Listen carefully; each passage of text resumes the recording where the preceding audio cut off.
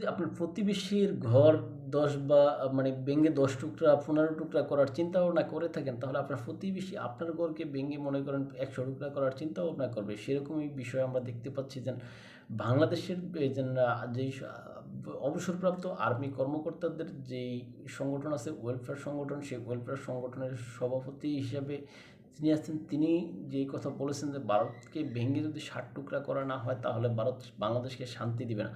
এখন আমি ওই ভাইয়ের উদ্দেশ্যে বলতে চাই যে আপনি ভারতকে ভেঙে ৬০ টুকরা করার চিন্তা করলে ভারত তো আপনাকে ভেঙে ১৪ টুকরা করার প্ল্যান করবেন। তখন আপনি সেটা আটকানোর মতো সক্ষমতা কি আপনার রয়েছে?